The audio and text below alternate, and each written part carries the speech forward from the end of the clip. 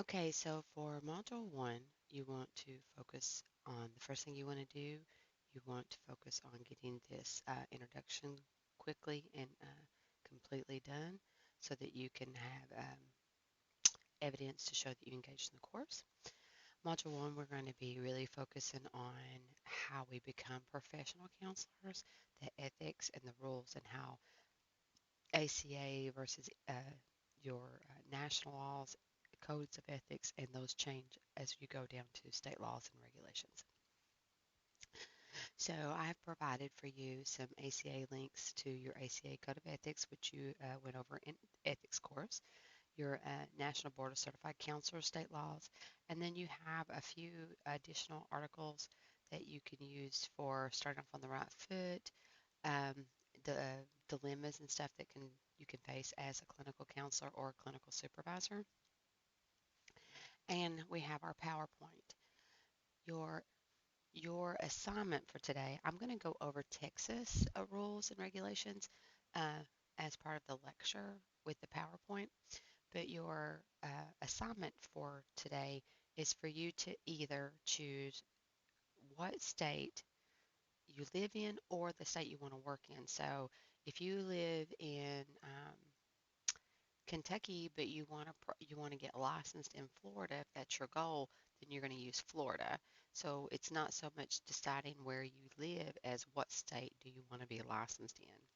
Currently, and that can change, but currently the rule is that it doesn't matter what state the clinician lives in, it matters what state the client lives in. So I live in Tennessee. However, I have a license in Kentucky and in Virginia. So my clients have to be a resident of either Kentucky or Virginia. I just recently lost a client because they moved to Florida, so we had to transition them out because I'm not licensed in Florida. I don't know how much of you all have heard about the Counseling Compact. You can also look up information on that, and that will probably come into effect in 2023. We're hoping at sometime. Um, and so basically the Counseling Compact is if you live in a state or you're licensed in a state that signed the Counseling Compact, and you can look it up very easy. I can pull that up right here. Um, um, you can actually provide services in the other states by instead of filing for reciprocity for specific states, you can we'll just pull up the map. Um, make more sense. So all these states that are dark blue, so Utah, Colorado, Nebraska, Ohio, West Virginia, if you are licensed in any of these states, the states that have also signed this compact, instead of filing for reciprocity in all these states, you will automatically, as being part of the compact, doing it one time instead of with each state, will be able to provide services for the clients that live in that state. So like right now where I'm currently licensed in Kentucky and Virginia, Virginia has not signed the compact. So I will still be able to provide services to clients in Virginia because they're residents of Virginia and I'm licensed there. But because I'm licensed in Kentucky, then all these states that are here, once I join the compact, I can provide services to clients in those states as well. So that's coming down the pike, and it's one of the reasons that I'm not bothered filing for reciprocity in other states. So that's just something very new that's going on that is kind of exciting. So let's get back to the class. Um,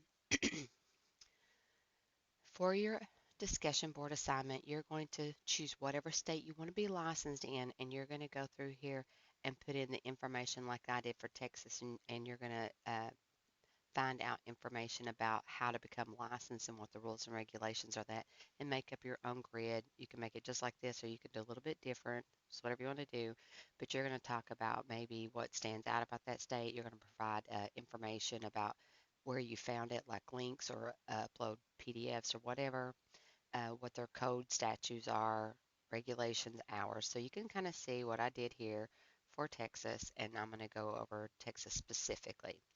While we are on this page, just so that you make sure you know where it's at, you have a required assignment that you have to write an ethical decision making about. That is at the bottom of Module 1. You're going to write your paper. I went over what the requirements were for your signature assignment, but you're going to write a required paper about ethics. It'll be similar to the one that you did in ethics class, but this time instead of you being the clinician and working with the client, you're going to choose one of these issues as the clinical supervisor or working with the supervisee. So you're working with another professional in the capacity of you're the clinical supervisor. And so here's your rubric that it's graded by, and here is the ethical dilemma. So I gave you videos. You have 4 to choose from. You got to choose one of these 4 and provide that. Okay, so let's go ahead and open up the PowerPoint.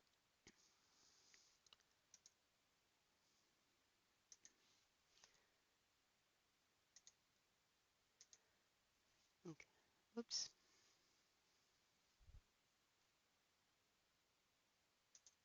Sorry about that.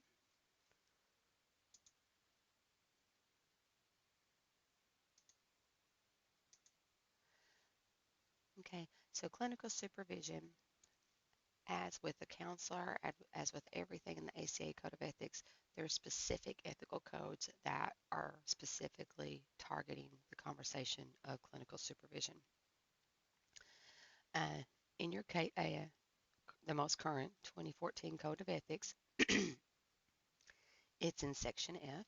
So if you're acting in the supervision, training, or teaching capacity with someone, another professional, then your first most ethics value is toward the client welfare. Um, the person that you're providing supervision to, you have to make sure that they're credentialed to do what you're training them to do, and that the clients that that person has are informed in their consent that they are under supervision and that you're involved in their care in that capacity. Oops. Um, as a supervisor, a lot of the states, and we'll get to that, you have to have a specialized training to provide clinical supervision to people in residency. And so you have to make sure that you're competent, and different states regulate what that level of competency is and how they manage that. You also want to be trained in different types of diverse values, because not only for the clients that are being served, but also there may be diverse differences between you and your supervisee. And you want to know what the rules and regulations are about online supervision, and that can vary from state to state. But online supervision is allowed through ACA Code of Ethics, but that doesn't mean that your state or your agency allows that. So you always got to think about your ethical codes as that big umbrella, like here's all the things that are okay or not okay, but the states themselves can narrow that, and then your agencies can narrow that even more. The supervisor relationship, uh, it's very similar to that with the client. You should not have any type of intimate or close relationships with this person, because then you can't be an effective supervisor. Um, as the supervisor, you're the clinical supervisor in this course. So remember, you're the one in charge when you're writing this stuff. You're not saying what you want your person to be. You are that person. And so you would have to have an informed consent that your supervisee would know, like, what your expectations are, what's the regulations, what if you can't be reached, all those kind of things, what to do in the case of emergency, what the time frame you're putting on it, what your fee is for services if you're charging for that, and what rights you have or they have at termination. Um,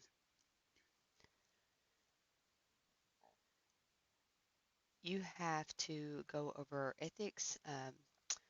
There's, rules about, obviously you don't do that. You don't provide supervision if you're impaired.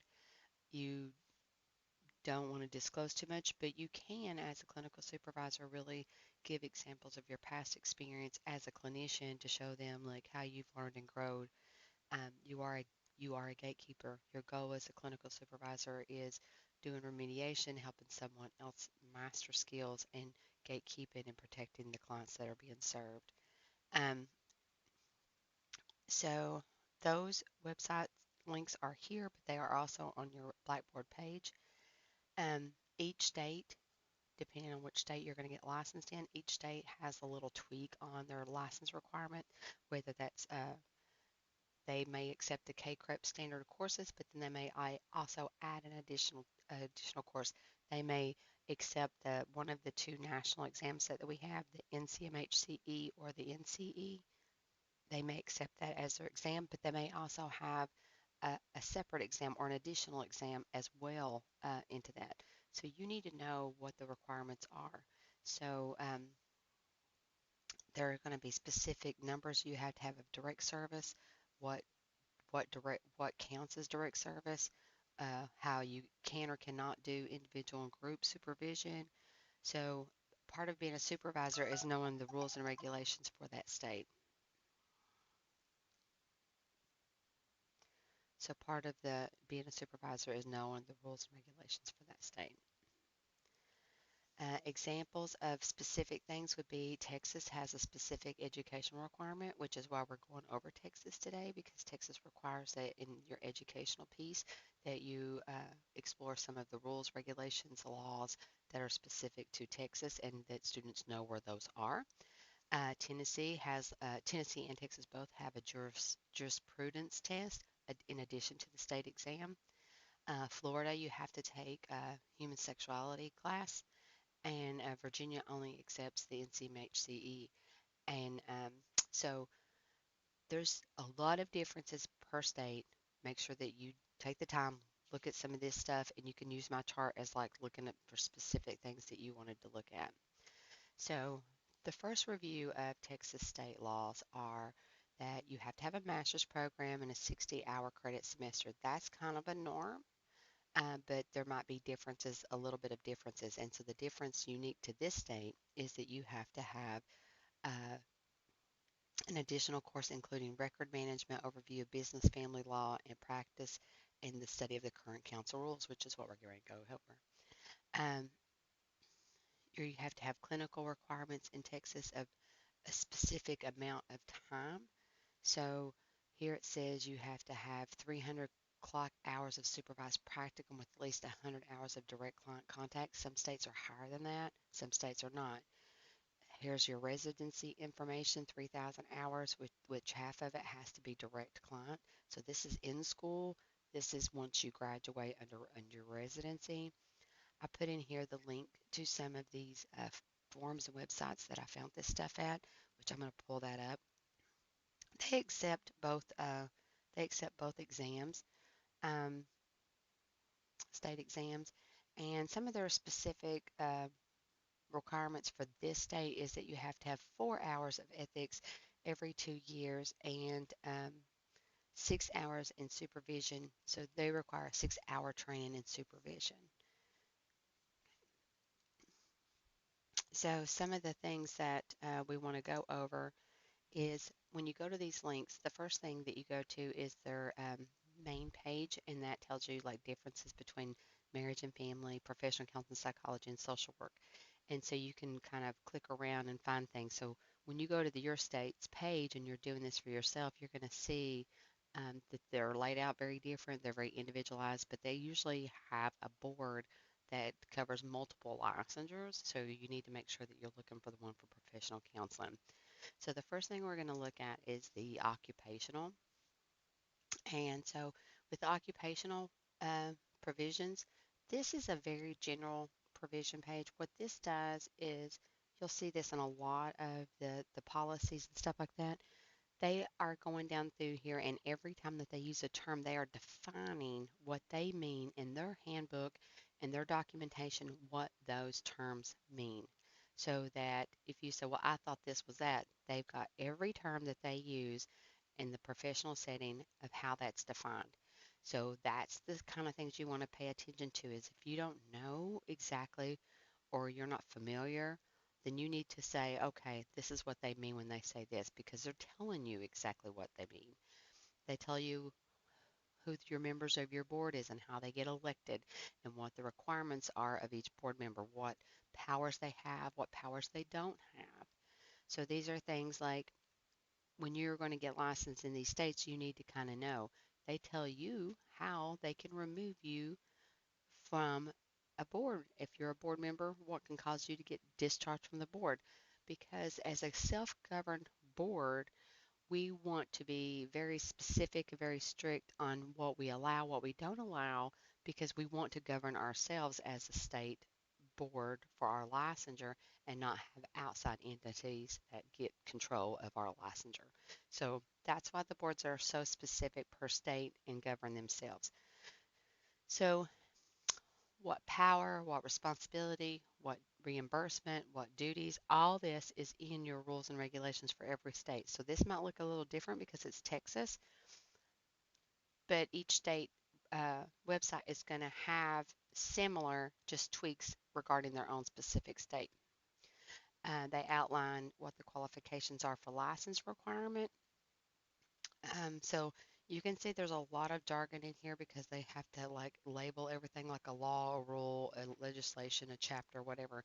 And so they give you the references where this stuff is if you look through there and you want to read more about it. Um, so that's all provided for you. You just have to take the time to really, like, ignorance does not allow you to do something wrong. So you really need to make sure that you go through your state and know what your state provisions are, penalties. So that's the first one. The second form that we want to go over is when you click on the professional counselor, it actually provides you with a whole thing of rules and you can go straight to specific things. So that first one is like an occupational outline of any of the occupations that are governed by that board. This one becomes a lot more specific in the sense of what they allow as a practice. So I'm going to go over this one, first one right here. And so this is how this state defines individual counseling group, marriage, couple, family, addiction, rehabilitation, education. So they define what is acceptable evidence-based treatment, and this will allow you. So in short, you could literally say like your modality of your treatment has to fall under this or you're acting outside of the rules and regulations. So they're very specific in what you're allowed to do and what you're not allowed to do. So you need to read these. Okay, so it goes down through all of this, what is considered under under play therapy, hypnotherapy. You can see all this stuff. So this is very specific to this state. And then the next one and the last one that we're going to go over is this is like basically like how as a clinician we use the DSM for treatment and diagnosis and treatment plan and all that. This is where this is for your state. This is an incredibly important book. This is the rules and regulations. It has all the information on there of how you become a licensed provider, what their expectations are of you, what is right, what is wrong, how to submit, the process, rulemaking by the executive council, um, how do you, what is leave, what is okay, all the stuff about being a professional licensed counselor, what you have to go through, what you have to do, how you maintain errors on your record so that you don't get in trouble. These are all things that are covered in a full handbook, and these are always usually very lengthy, which is good that they always usually give you all these subsections so you can kind of go through what you're actually looking for. But you need to know like how they remediate.